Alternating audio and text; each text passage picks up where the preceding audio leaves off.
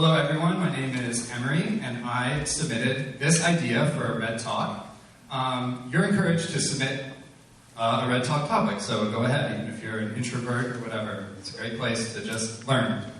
I'm going to roll through some slides quickly, and then we'll slow down for Q&A. Oh, also, I use he, they pronouns. Where am I? So, today's presentation brings us into a history of policing by the US Empire and how that history links with what is playing out locally in our neighborhoods and movements today. So we're linking the two, especially policing of Black, Brown, and Indigenous solidarity, and communists and socialists all around the world.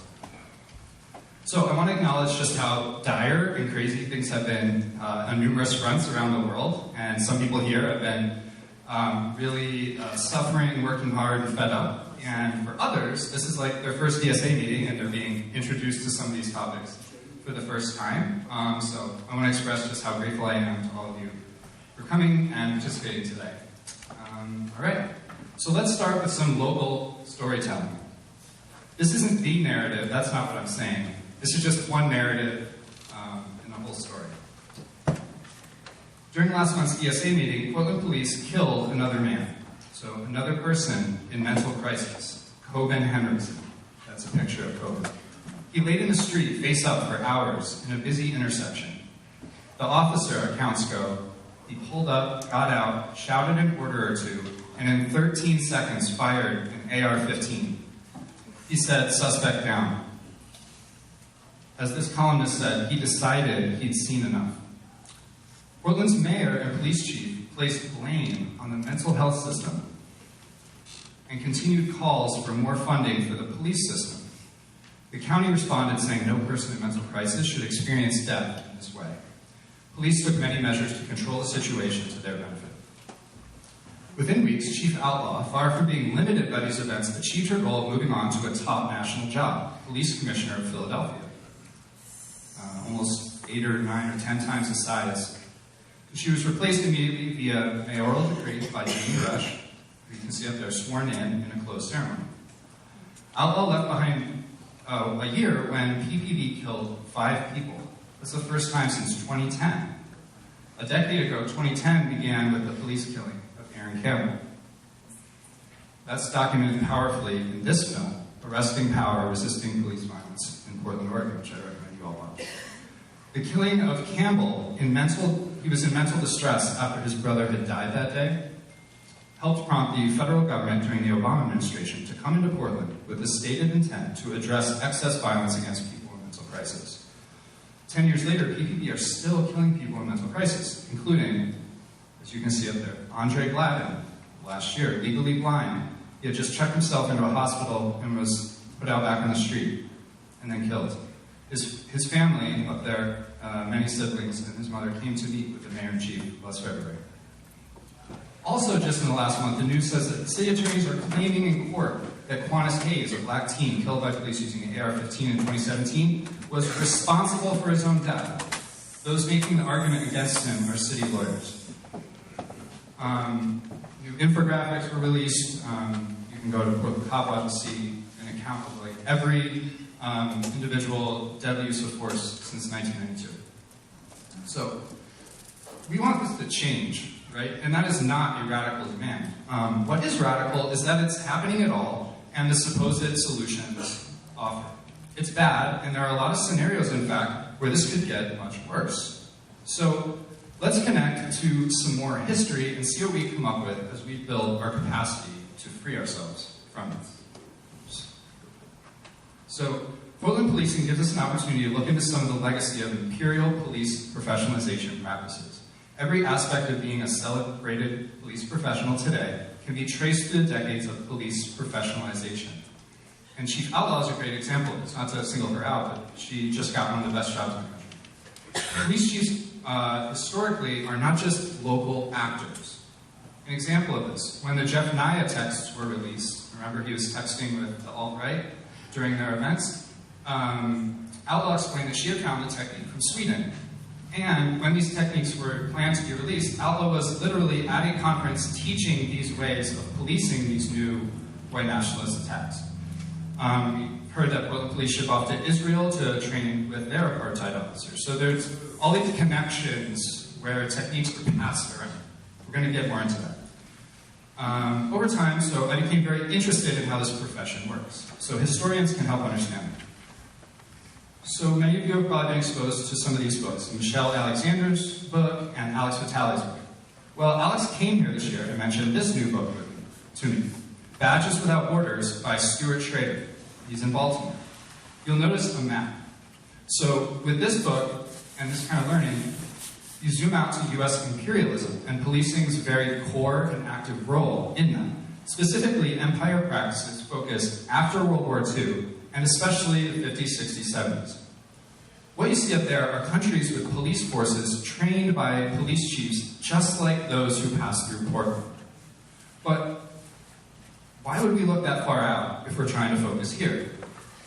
So Bobby Seale and the Black Panthers, including those in Portland, stated the answer during that time period of that map.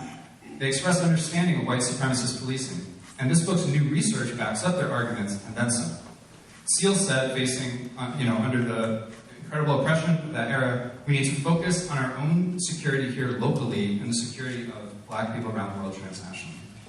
So US policing was ready, not just locally, but globally, and actually built to destroy exactly that threat to its supremacy. Badges Without Borders, building on other work, shows the receipts. It's one of those books with like 100 pages of footnotes. Policing was the first line of defense. So we're often thinking of military, CIA, etc.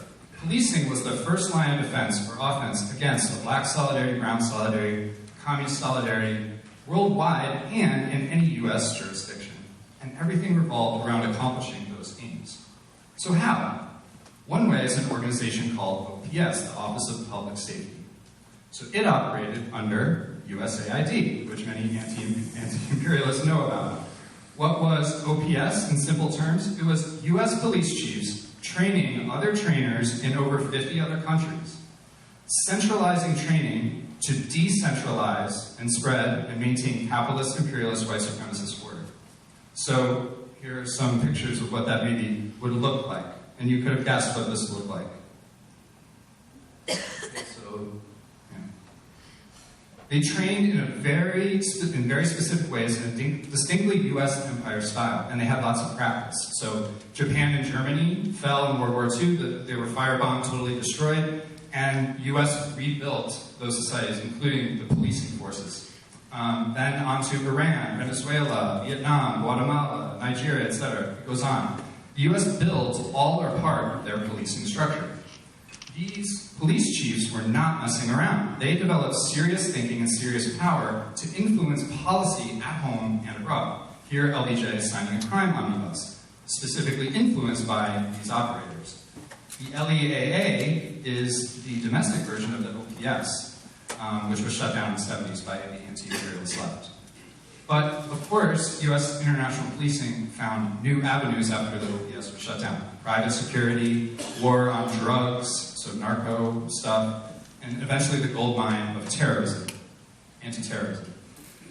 So the International Association of Chiefs of Police, which our chiefs of police joined, held conferences, they have magazines, they're still going strong today. Those existed now for 70, 80 years, and they were part of a global network. So, got a couple minutes left, we've got 1 minute left. Let's dive back into some images from the past year and connect history with today as we imagine something new. So, we'll start on Hawthorne Bridge with the Proud Boys. So, Hawthorne Bridge, and the Climate March, which was also on Hawthorne Bridge, it was totally, they didn't shut it down for the Climate March, but they did shut it down to single out a black teen for arrest. We had multiple police attacks on local women on August 17th, which you can see there. The attempt to unmask Portlanders.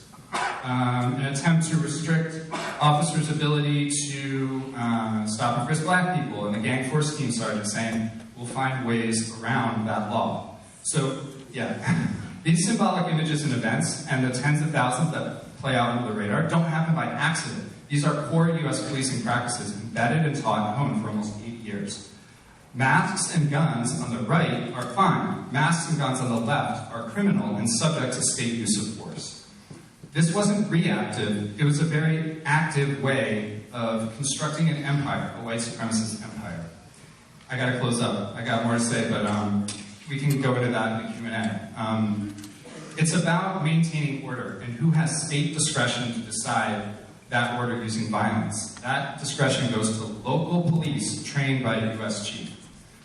As so-called third world countries went through modernization, U.S. policing was the first line of offense in creating the order in which that would progress.